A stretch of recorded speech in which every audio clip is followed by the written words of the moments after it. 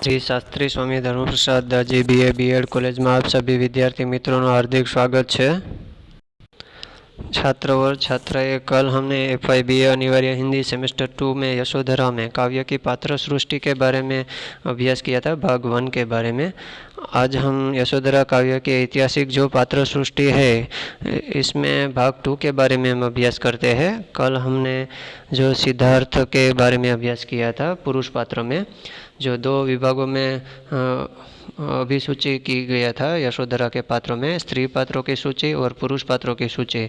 इसमें पुरुष पात्रों में मुख्य 2 पात्रों है, सिद्धार्थ और शुद्धोधन। एवं सिद्धार्थ के बारे में अभ्यास किया था। आज हम शुद्धोधन के बारे में अभ्यास करेंगे, ध्यान से चुनें। शुद्धोधन कपिल वस्तु के शासक और जगत प्रसिद्ध भगवान बुद्ध के पिता है और पुत्र के लिए उनके हृदय में अपार वात्सल्य भाव है। अपने पुत्र की वितरागी वृत्तियों को देखकर वह शुरू से ही चिंतित रहे हैं। यथा समय एक सुंदरी राजकन्या यशोधरा को अपने बेटे की वधू बनाकर वे ले आते हैं, पर सब कुछ व्यर्थ सिद्ध होता है। सिद्धार्थ चले जाते हैं। सिद्धार्थ के महाभिनिष्क्रमण के बाद सुबह होने पर यशोधरा को कल्पते विलपते देखकर पिता का धैर्य भी हार जाता है। एक ओर वे पुत्र शोक से विह्वल हो उठते हैं और दूसरी ओर पुत्र वधू और अपने पोते बाल शिशु राहुल के अनिश्चित भविष्य से व्याकुल। वे अपने चरों को भेजकर बेटे की खोज खबर करना चाहते हैं और अपनी पुत्र वधू को अपनी बेटी की तरह पूरा वात्सल्य देते हैं, यहाँ तक कि उसके अपमान और उसकी पीड़ा के मनोविज्ञान को भी समझते हैं। तो यहाँ शुद्धोधन का जो पात्र है वो कपिल वस्तु के शासक और जगत प्रसिद्ध भगवान बुद्ध के पिता थे और पुत्र के लिए उनके हृदय में अपार वात्सल्य भाव देखने को मिलता था और अपने पुत्रों को जो वितरागी वृत्तियों को देखकर वह शुरू से ही चिंतित रहते थे। और यथा समय एक सुंदरी राजकन्या यशोधरा को अपने बेटे की वधू बनाकर वे ले आते हैं, पर सब कुछ व्यर्थ सिद्ध होता है। सिद्धार्थ चले जाते हैं और सिद्धार्थ के महाभिनिष्क्रमण के बाद सुबह होने पर यशोधरा को कल्पते विलपते देखकर वो पिता का धैर्य भी हार जाता है।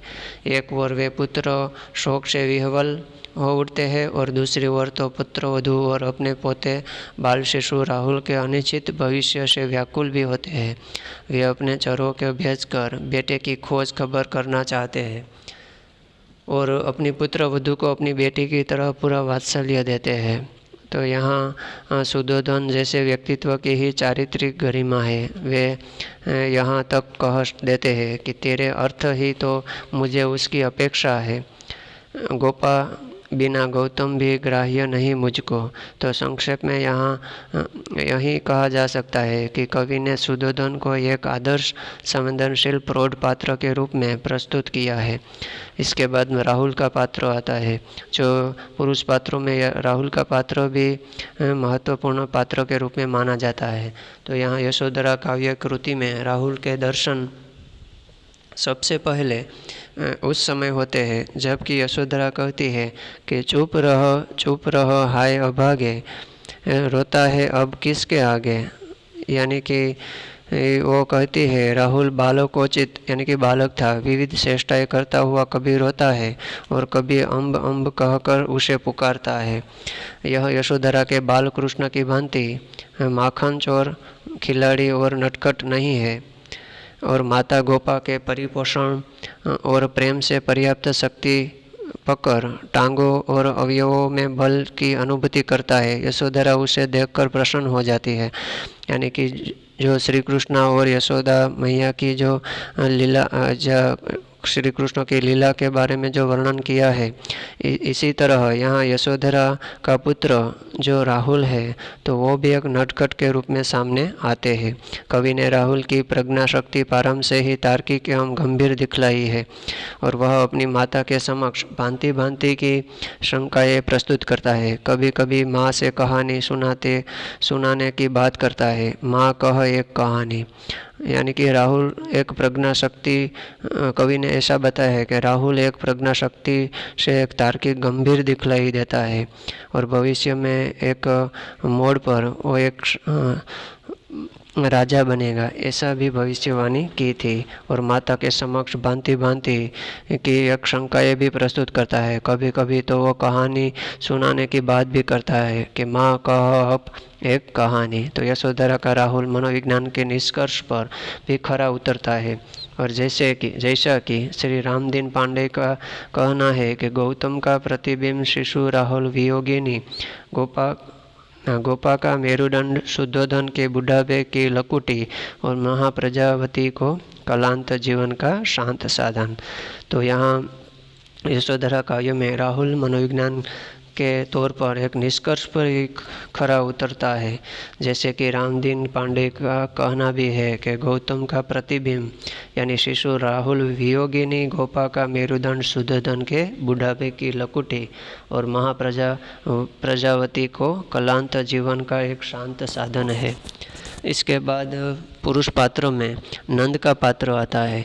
जो नंद एक गौतम के सौतेले भाई थे, पर अत्यंत उदार, विनम्र और मातृभाव से युक्त थे। कवि मैथिली शरण गुप्त ने पूरी कृति में नंद को एक बार ही प्रस्तुत किया है। सिद्धार्थ के महाभिनिष्क्रमण के बाद व्याकुल आर्तनाद करते हुए नंद सिद्धार्थ के प्रति अपनी मातृभक्ति का परिचय देते हैं। तो यहाँ नंद का पात्र भी मुख्य पात्र के रूप में माना जाता है। तो यहाँ गौतम के एक सौतेले भाई थे नंद, और वो अत्यंत उदार व्यक्ति थे और विनम्र के भी और मातृभाव से युक्त थे। और यहाँ गुप्त जी ने पूरी कृति में नंद को एक बार ही प्रस्तुत सामने लाया है। और सिद्धार्थ के जब महाभिनिष्क्रमण के बाद व्याकुल आर्तनाद करते हुए भी नंद सिद्धार्थ के प्रति अपनी भातृभक्ति का परिचय भी देते हैं। और इसके बाद छंदक का पात्र आता है। और छंदक एक विश्वस्त अनुसार होने के साथ साथ ज्ञानी ध्यानी भी है। वह अपने स्वामी की वृत्तियों को भली भांति समझता है। सिद्धार्थ चुपचाप पर छोड़ते हैं तो चंदक को ही साथ लेकर नगर द्वार के बाहर निकल जाते हैं और उसे रोता करलपता वापस भेज देते हैं। कवि ने चंदक की स्वामी भक्ति एवं राज परिवार के प्रति संवेदना का भरपूर संकेत दिया है। वह सारथी मात्र न होकर संदेशवाहक भी है। चंदक एक प्रकार का संदेशक ही है। वही आकर कहता है किस प्रकार सिद्धार्थ ने अपने केश कटवा दिए, राजसी वस्त्र त्याग कर काषाय वस्त्र धारण कर लिए इत्यादि। इस प्रकार चंदक एक छोटा पात्र है, फिर भी उसका कार्य बड़ा है।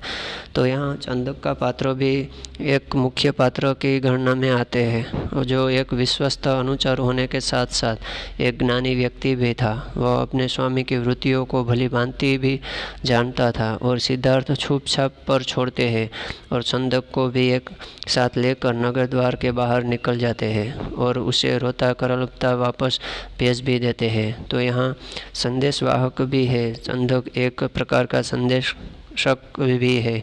वही आकर कहता है कि इस प्रकार सिद्धार्थ ने अपने केश कटवा दिए।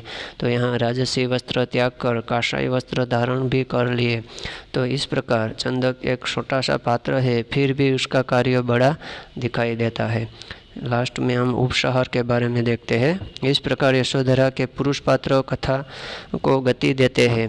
एक गौतम को छोड़कर अन्य पात्रों की स्थिति अथवा उनका महत्व विशेष नहीं है। वस्तुतः यशोधरा नारी प्रधान काव्य है, इसीलिए पुरुष पात्रों के चरित्र चित्रण की ओर कवि ने अधिक ध्यान नहीं दिया है। फिर भी कथा विकास की दृष्टि से उनका पृथक महत्व है। तो यहाँ यशोधरा के पुरुष पात्रों में एक गति के रूप में देखने को मिलता है। एक गौतम को छोड़कर अन्य पुरुष पात्रों में उनका सभी पात्रों का महत्व स्थान दिया है। वस्तुतः यशोधरा नारी प्रधान काव्य है, इसमें पुरुष पात्रों के चरित्र चित्रण की ओर कवि ने अधिक ध्यान नहीं दिया, लेकिन फिर भी कथा विकास की दृष्टि से उसका पृथक महत्वपूर्ण है। तो यहाँ यशोधरा के पात्रों की सृष्टि में स्त्री पात्रों जिसमें यशोधरा, महाप्रजावती, गंगा, गौतमी, चित्रा और विचित्र का वर्णन किया है, और पुरुष पात्रों में सिद्धार्थ का वर्णन किया है, शुद्धोधन का वर्णन किया है, राहुल का वर्णन किया है, नंद का वर्णन भी किया है, चंदक का वर्णन भी किया है और पुरुजन का। ये सभी पात्रों मुख्य पात्र के रूप में गणना आती है। तो यहाँ यशोधरा काव्य की पात्र सृष्टि में और यशोधरा में ऐतिहासिक पौराणिक संदर्भ में हम बात पूर्ण करते हैं भाग 2 के बारे में। अस्तु।